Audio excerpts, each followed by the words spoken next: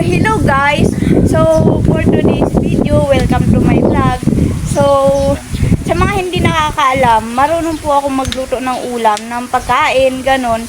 So, ang mga tita, tito ko po kasi, akala nila hindi ako marunong magluto kasi nga hindi nila ako nakikita magluto ng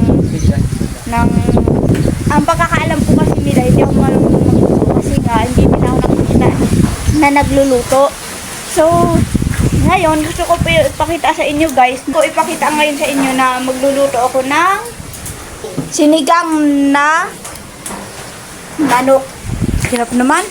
So, ito guys yung mga mga ingredients. Luya, nagtadada ako ng luya. Nagpitpit din ako ng bawang at sibuyas. May asin na din dyan. At ito yung ating recipe na manok at ang mantika. So, may malunggay din tayo guys. Nahugasan na yan. Dinagdagan na lang ulit ni nanay. Kasi masarap daw maraming malunggay.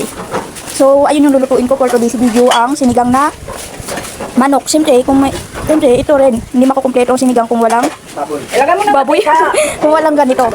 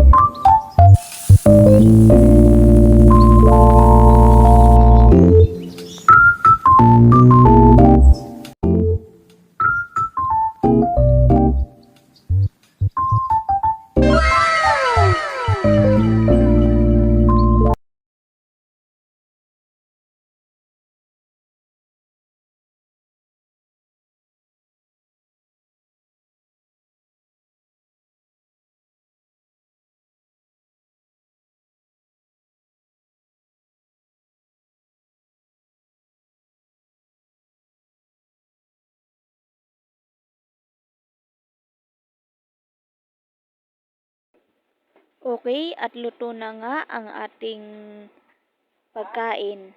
Pwede nang kumain. Kain tayo guys.